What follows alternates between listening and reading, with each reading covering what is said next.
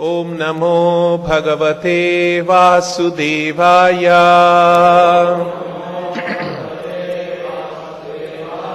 Reading from Srimad Bhagavatam 3, chapter 15, text number 29. Dvaryetayor nivivishur mishatora prushtva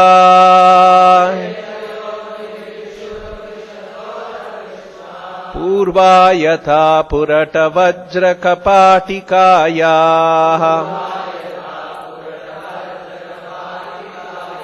Sarvatra te vishamaya munayasva drishtya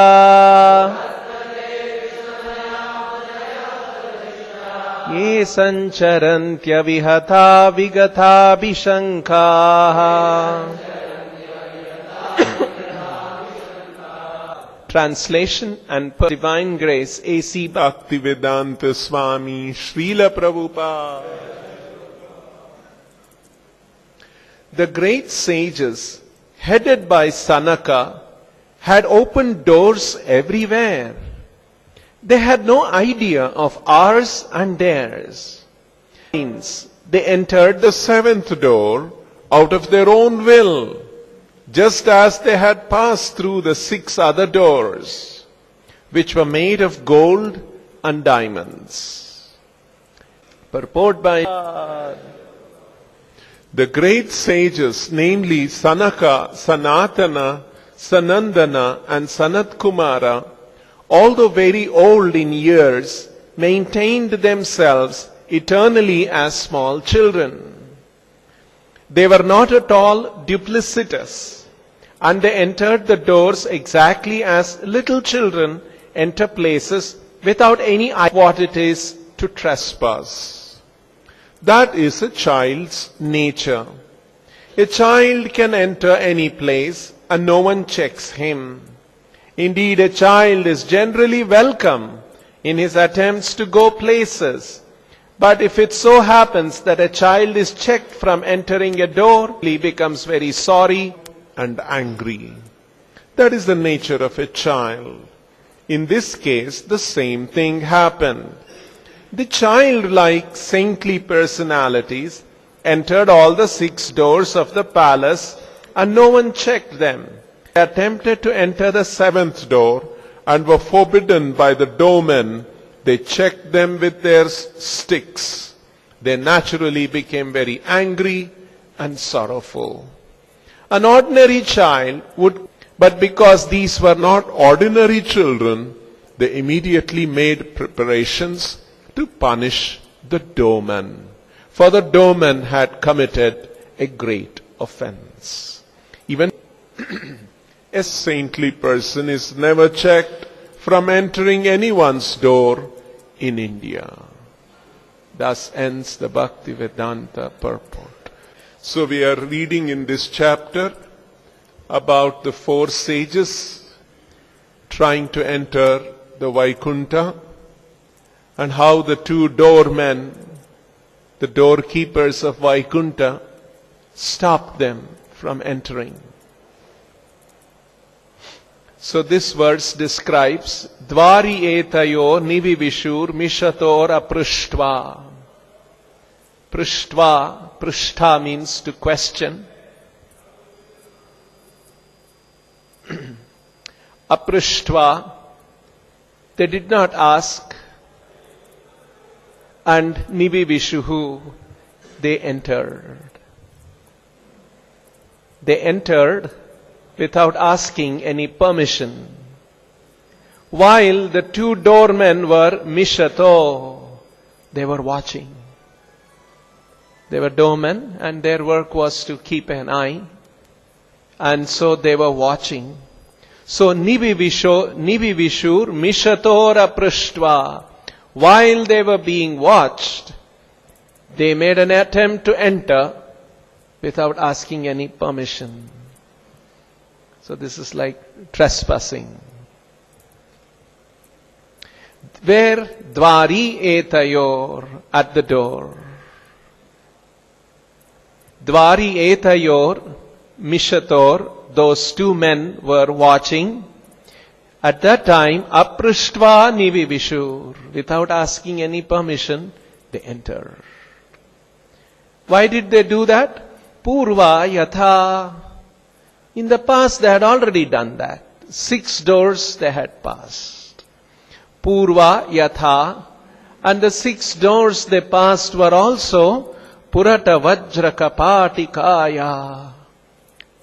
They were, Purata is gold, Vajra is diamond. These were not ordinary doors, they were Vaikuntha doors. So they were made of gold and diamond, Kapatika. So they had already Purva Yatha Purata Vajra Kapatikaya. They had already crossed. So in the same way they did. And because they were sages, and they were Avishamaya Munayaha. Vishama. Vishama means Avishamaya.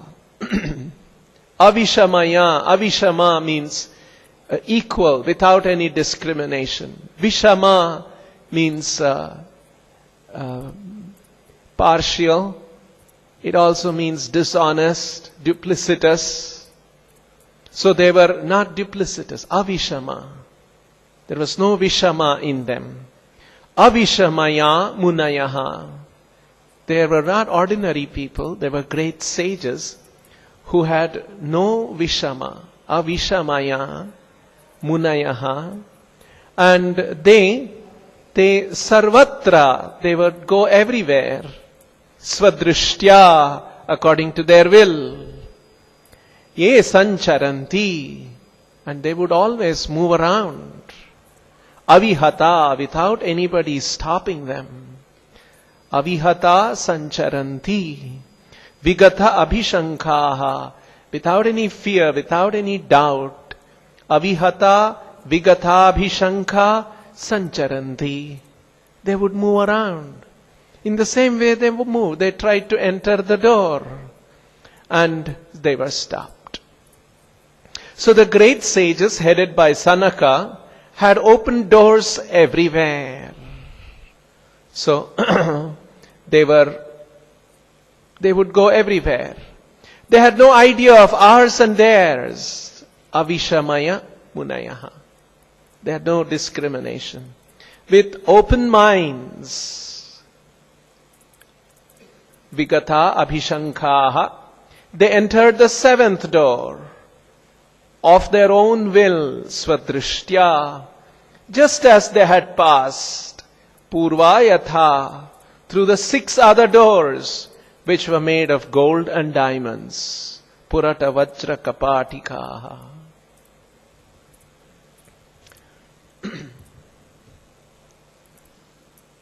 So, Srila Prabhupada has described about the great qualities of the sages, that they had no idea, there was no duplicitousness in them, and they were like children. And just like children go around anywhere and nobody stops them, and they are welcome in fact, in the same way the sages were like children in their form, but in their understanding they were Avishamaya. They were great sages. And so when they were stopped, they got very upset with the doorkeepers. And then Srila Prabhupada concludes the purport by saying that the sages can go anywhere, the saintly people can go anywhere. That should be the facility. And that is true even to this day in India. So sages can go, sadhus can go anywhere. And we all take good advantage of that. Once in 1972, Srila Prabhupada had started bringing Western disciples to India. And the Western disciples, they were just getting introduced to India and Indian culture, which they were not so much familiar. And Srila Prabhupada would go for a morning walk every day, wherever he was. And when Srila Prabhupada was in Bombay, those days, he was staying, this was before Juhu temple days. So Prabhupada and a few disciples, they were staying in the home of a generous, rich donor who was supporting devotees' activities there. And he would also give his car for driving Prabhupada to any place. So the devotees drove in the car from this rich man's house, and they came to the beach, and there Srila Prabhupada would go and have a walk, and they would come back after the walk and drive back to the house of this rich man. That was the practice, the few days that Srila Prabhupada stayed there. And so this rich man had a big car, and one of the devotees, he would drive, and Srila Prabhupada and his servant would sit behind in the car, and they drove, and then Prabhupada took a walk as usual. And then after the walk, they came, and they got into the car, and the devotee who would drive, he tried to start the ignition of the car, but somehow the key wouldn't go in, and he was trying desperately, concerned that, Prabhupada is sitting there, and I must drive, and struggling to open, and it's not working. He got very worried and said, Srila Prabhupada, somehow this car is not starting, not able to do anything. Please wait here, I'll get a taxi in a few minutes. And he got out of the car and rushed to get a taxi. And Prabhupada and his servant were just waiting there. Just a few minutes later, two gentlemen, well dressed, got into the car. And they looked behind and they saw Srila Prabhupada there. And Prabhupada started talking to them in Hindi. And this other devotee, who was American devotee, couldn't understand what Prabhupada is saying. And then they were laughing, they were smiling. And then the other two gentlemen who got into the car in the front seat, started the car. He had the ignition key and he started the car, and they started driving. So the devotees didn't know what was happening. Actually, they had got into a wrong car. The car was left open, and they were the real, it was their car. And then Srila Prabhupada said, we are sorry we got into your car. They said, no, Swamiji, it's our great fortune that you are sitting in our car. Please tell us where do you want to go, we will drive. And then they drove Prabhupada and dropped him off in the house. And then Prabhupada said, come and have darshan, come and have prasadam. And they said, no, Swamiji, we are busy. And we were very thankful, we were very fortunate, we could drive you, we could do some seva to you. And they dropped Prabhupada and went away. And after that, Prabhupada said, just see, this is the difference between America and India. In America, if you got into a wrong person's car, they will call the police and have you arrested. And in India, when they see a sadhu, they take this as an opportunity to serve the sadhu. So, like this is the culture in India. When Indians come across some sadhus, they very respectfully treat them. See, they don't, even if they trespass, like Srila Prabhupada did, trespassed into somebody else's car, and it's never taken as an offense, and they take it as a good fortune. So like this is the culture of India. That's what Srila Prabhupada is saying. Even to this day, a saintly person is never checked from entering anyone's door in India. Of course, it is a fact, sadhus have exploited this and misused this. Not so true sadhus, bona fide sadhus.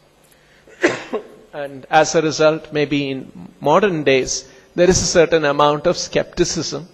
But still, by and large, people are very respectful to sadhus. Why is this culture so? Why is this that in India people are always welcoming sadhus? That is because culturally there is a certain understanding in India that spiritual progress, spiritual advancement is very important. That's so deep. And so whenever people get an opportunity to serve a sadhu, receive a sadhu, be hospitable to a sadhu, they will always be respectful. This is the greatness of India's culture. Always spiritual advancement, spiritual growth, spiritually progressing is considered as an important feature of human society. So, if you see the history of India, this has been so all along. I was hearing one story. I had a visitor recently. This visitor was somewhere from Jodhpur or somewhere in Rajasthan. And he was telling his grandfather's story. They were all fighters and Kshatriyas, Rajputs. And his grandfather was one day having his lunch and a sadhu came by. And so it was the custom, like it is Prabhupada is saying here. They welcomed the sadhu. Please come, please come. And shall we feed you? And the sadhu saw this man was already eating. And he said, I will not eat in a house who has a smashan in front of him. He was surprised. Said, Sadhu, Maharaj, what do you mean by that? Look at your plate in front of you. He was having non-veg food. And he said, I will not enter a house who has a smashan in front of him. And then this grandfather was so affected by that, he washed his hands, welcomed him and had food specially cooked. And on that day, he made up his mind, never will I eat non-veg. And he said that although they are Rajputs, they eat non-veg. And his father, grandfather, the father and their family, they have all been vegetarians. Something like that he was saying. So you can see how a sadhu was meant to go about and create this kind of an influence in the society. Create some interest in spiritual life. And that's how the sadhus had this opportunity to walk in and people would welcome and take that opportunity to serve or learn something about spiritual life. Prabhupada also said that his father was like that. Father would always welcome any sadhu and bring him home, serve him, give him some gifts and send him. You can see across India, over generations, this has been the culture in our country. It's a very, very favorable culture for advancing in spiritual life. So now that is how we have in our country so many sadhus and so many philosophies have come about. So if you analyze in the last 100 years or 500 years or 1000 years or 2000 years, because this culture has been there is always a favorable environment for spiritual life. And if you see, there have been many sadhus, many ideas, many philosophies, many schools of thoughts, many sampradayas, many gods, many god-men. Almost it has become very, very confusing now. What's all this about? So many philosophies, so many ideas. So, in the midst of these myriad philosophies and godmen and sampradayas and opinions and ideas, it looks like it's a completely differing ideas and one contradicting the other, all of that. Is there an order to this apparent disorder that we see? Is there something is there a structure behind all this? So, it is actually very, very confusing to a common man. So many philosophies, so many sampradayas, so many opinions and all of that.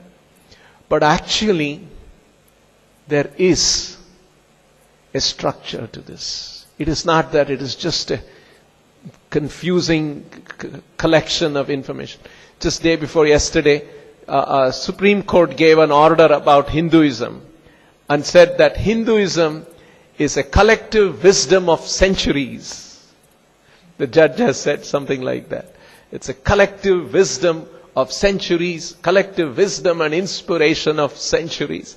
Something like that they have written in some order. So it's considered to be a collective wisdom of centuries. Now, and it looks like there's all confusion about it. Is there an order to it? Yes, there is an order. It's not just that there is a bunch of philosophies, different ideas, and anyone can have any idea and it is all right. No, there is an order to it. And that order is explained in the Bhagavad Gita. This is the greatness of Chaitanya tradition.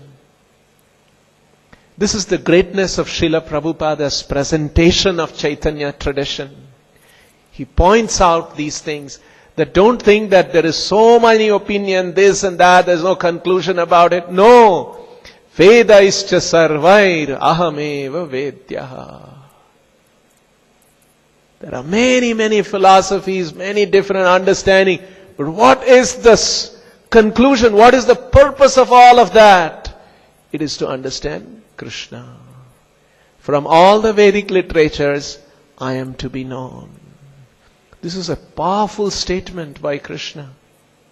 He is giving a clear direction. Many philosophies may be there. Some of the philosophies approach Krishna indirectly. Some of the philosophies approach Krishna directly. Indirectly sometimes you have to approach because it requires the living entity's preparedness and qualifications to receive the message directly. Sometimes the living entities are not ready. Just like if you, say for instance, we are analyzing all children in Bangalore city. You cannot put all children in Bangalore city in one category. Right? There will be some children 5 years old, some children 8 years old, some 10, some 15. They're all children in one sense. But they're all of different ages. And different levels of understanding and ability to understand. That's how you go to your school. There is a first standard, second standard, 8th standard, 10th standard. All those different standards are there. Because they're all of different. In the same way, if you take the human society, in their preparedness for understanding higher and higher spiritual knowledge, there is also gradation in the human society. Some people are too much. What is this gradation? In school we can say children, it's age more or less. And you can say this age child, this must be in this school. Unless the child is doing so badly and failing again and again. So, in the same way, if you take the human society, it looks like we are all adults and we all come into one category. But, in terms of spiritual preparedness for understanding spiritual philosophy, there is gradation. What's the meaning of this gradation? In children we put that on the basis of age. In adult society, what is the basis of that gradation? There are multiple criteria that Vedic literatures, Vedic philosophy teaches. One of them simply is modes of nature. When somebody is in tamasic mode, their preparedness for understanding spiritual knowledge is the least. That is why it is tamasa, ignorance. Very little impetus for spiritual knowledge. There is no incentive, there is no imperative. I must know what is the truth. Who cares about truth? That kind of a laziness. Manda sumanda matayor. That's result of tamasic nature. The next is rajasic. Rajasic, tamasic, they are also inactive. In rajasic, they are very active. Still there is no interest in spiritual knowledge. They are rajasic, they are active about their own material pursuits. Again, not interested in spiritual knowledge. And then sattvic, much better of the three, who are interested in knowing what is this truth about. So if you analyze the human society, some people are in tamasic, some are in mixed tamasic and rajasic, some are in rajasic, some are in mixed rajasic, sattvic, some are in sattvic. So you can see, because of this, there is different levels of preparedness for understanding spiritual knowledge. So they may be by age, they may all be adults. But if you see their preparedness for spiritual knowledge, there is gradation. And Vedic intent is everyone should progress. Just like, what is the intent of the education system? Whether it's a 5-year-old child, 10-year-old child, 15-year-old child, every child must be improving in their education, must be learning something. In the same way, Vedic philosophy, Vedic culture is everyone, every adult should be gradually advancing in spiritual life. Just because they are in tamasic influence does not mean they have no opportunity for advancing. They also can, but they may require a little indirect instruction. They may not be ready for a direct instruction. Just like a child, very small child, you want to tell them 2 plus 3 equals 5. It may be too much for them. You tell the child, suppose there are 2 apples. I'll put 3 more apples into the basket. Now how many apples are there? The child may be able to answer that question. Right? So an indirect way of teaching same 2 plus 3 equals 5 has to be found out. In the same way, the Vedic literatures have to give indirect instruction. Somebody very tamasic, very rajasic, so many material desires, and they have got all these, they want to follow these different desires. The Vedic literatures say, all right, you have this different nature, you worship this devata, who is actually empowered by Krishna. That devata is having powers because Krishna has empowered them. So the devatas are called, what is that word? Krishna uses 10th chapter. Vibhutimat sattva. Yat vibhutimat sattvam. Vibhutimat sattvam refers to devatas. That's why Prabhupada says there is a difference between the concept of absolute truth and the concept of God. When we say God, it refers to Vibhutimat Sattva. When we refer to absolute truth, it refers to Param Satya. There is a difference between the conception of absolute truth and the conception of God. Here Prabhupada is referring to God, referring to controllers. Vibhutimat Sattva. And they are Vibhutimat. Vibhuti means opulence, power. They have all that. Vibhutimat Sattvam. Their existence is that. But where are they getting that Vibhuti? Yadyat Vibhutimat Sattvam Srimad Urjitam Evava Tathat Evava Gachatvam Mama Tejo Amsha Sambhavam. That's my Amsha, Mama Teja Amsha. So the devatas are there. They are powerful. They have been appointed by the Lord in this material world. If you have material desires, ask them, they will provide. God is engaged, Supreme Lord Krishna is engaged in higher things. Just like, say for instance, you want a parking permission in front of Vidhan Saudha. Right? You don't have to go to the chief minister and you meet the chief minister and say, sir, can you please give me permission to park my car in front of Vidhan Saudha? He'll say, why are you coming and wasting my time? There's a police inspector there in the police station. Go and ask him, he will give you permission. Police inspector is appointed by the chief minister.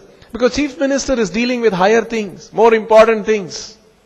Not just permission. In the same way in the material world, living entities, I want one good wife, I want one good husband, I want my disease to be cured. These are all Krishna is not meant for, Krishna can do all of that. Not that Krishna cannot do. Krishna has appointed devatas. You are so much about running after all these material desires. There are devatas. You worship them. You will get the benefits. So, like this, devatas are there. So, by worshipping the devata, they are indirectly recognizing Krishna. So, there are some instructions in the Vedic literature which are direct, and some instructions are indirect, but all of them are meant for Vedaischa sarvair ahameva vedya. So, although this is a collective wisdom, there is an order to it. There is a purpose to it. There is an ultimate goal to it. Not very many times people come across this complete understanding and the complete truth. Most people are at different levels, and they just, that is how sometimes people say there is so many gods, so many godmen, there is so much confusion, but it is not true. There is an essence. And this is especially presented in the Gita and the Bhagavatam. In the Bhagavatam, there is another very wonderful verse about Shukadeva Goswami. And that verse is, Yasvanubhavam Akhila Shruti Saramekam. This is describing Shukadeva Goswami. Yasvanubhavam Akhila Shruti Saramekam. Akhila Shruti Saram Ekam. If you take all, Shruti means Vedic literatures. All the Vedic literatures, don't think that there is all confusion. No, there is Saram, there is an essence, and there is one essence. Not even multiple essence. Not even 10 different conclusions. No, there is one conclusion. Yasvanubhavam Akhila Shruti Saramekam. And Shukadeva Goswami is one who has understood, assimilated, and experienced that one conclusion. Yasvanubhavam, swa anubhavam. Yasvanubhavam Akhila Shruti Saramekam. Adhyatma Deepam Atiti Tirshatam Tamo Andham. Adhyatma, Shukadeva Goswami is like a spiritual torchlight. If somebody want to atiti tirshatam tamo andham, if someone is blind and if someone is not able to and wants to cross over this darkness, he provides the adhyatma deepam. Samsarinam karunaya aha purana guhyam. And Shukadeva Goswami, samsarinam, common people who are ignorant, Karunaya, out of compassion for the ordinary people, aha, he spoke. What did he speak? That Purana Guhyam, that confidential truth, which is reserved only for the very qualified people. That knowledge, he spoke. Samsarinam Karunaya aha Purana Guhyam Tam Vyasasunam. And that Shukadeva Goswami is the son of Vyasa. Gurum Muninam. And he is the spiritual master of all the philosophers, sages. So many sages may be there, but he is actually the spiritual master of all of them also. So, the Vedic literatures, the Vedic knowledge, it appears like a collective wisdom, an inspiration of centuries and varieties of understanding. But no, Akhila Shruti Saramekam. But there is one conclusion. And you have to be very fortunate to come in touch with such a person who is experiencing that one single conclusion of this entire Vedic wisdom. Yasvanubhavam Akhila Shruti Saramekam. And that Akhila Shruti Saramekam has been transmitted through the parampara system. And one has to be very fortunate to come in touch with that. That's why you see, they think that it is a collective wisdom of centuries. And so many ideas are there. Vedic knowledge is like that. Yes, there are there, but there is one Akhila Shruti Saramekam. And for those who have come in touch with a parampara, and a spiritual master who is coming in that parampara, who has understood that Akhila Shruti Saramekam, and who is Swanubhavam Akhila Shruti Saramekam, who has assimilated and understood and experiencing that Akhila Shruti Saramekam, if you come across such a person, how you should treat him, how you should take him, how you should take his instructions. Very special, not to be taken lightly. That is why our Acharyas Narottam Das Thakur says, if you are fortunate and you come across such a person, Guru Mukha Padma Vakya Chittete Korya Aikya. This is how we should take his instruction. The words coming from such a spiritual master, who is Akhila Shruti Saramekam Yaswanubhavam, who is experiencing that, his words, take it into your heart, and that Aikyam, Chittete Korya Aikya, and never deviate from that. That's the standard, that is the way one should receive, because it's very rare to come across such a person. And if we come across by good fortune, take his instructions very seriously. And the most wonderful example of somebody who took the Guru's instruction very seriously, Guru Mukha Padma Vakya Chittete Korya, whole life Guru Mukha Padma Vakya was driving. Whole life he was meditating on the Guru Mukha Padma Vakya. That is Srila Prabhupada himself. You see, very recently, on December 13th, we are December 18th today. On December 13th, Srila Bhaktisiddhanta Saraswati Thakur wrote a letter in the year 1936, December 13th, and sent that letter to Srila Prabhupada. And on 31st of December, Bhaktisiddhanta Saraswati Thakur left this world. 13th to 31st. So that was the last communication. So very soon we will be observing Bhaktisiddhanta Saraswati Thakur's disappearance day. It's coming. So on 13th December 1936, Bhaktisiddhanta Saraswati Thakur wrote the letter. In that letter he said, you must turn yourself into a preacher in English language and convey our ideas and thoughts to the English speaking people. And this will do good to you and to those who hear you.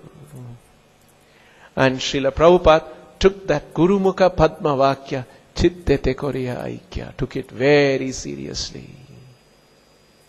And as a result of taking that instruction seriously, today we have a worldwide Krishna consciousness movement. This is the potency of Guru's words. This is the potency of Shastra's words. If we take the words seriously, it can bring about very, very powerful changes in the lives of individuals and in the lives of people, in the society, in the human society. So, Srila Prabhupada is such a wonderful example. He has given this wonderful knowledge. He himself, his life itself is a demonstration of this knowledge. How this knowledge has to be received. How this knowledge has to be taken. So, such a powerful example, such a powerful spiritual master, established the mission of Krishna, mission of Srila Prabhupada, of Chaitanya Mahaprabhu. So, how fortunate we are, and we should always remember this, and never be distracted by any illusions of Maya. We'll stop here. Grantaraj Srimad Bhagavatam ki, Srila Prabhupada ki jai.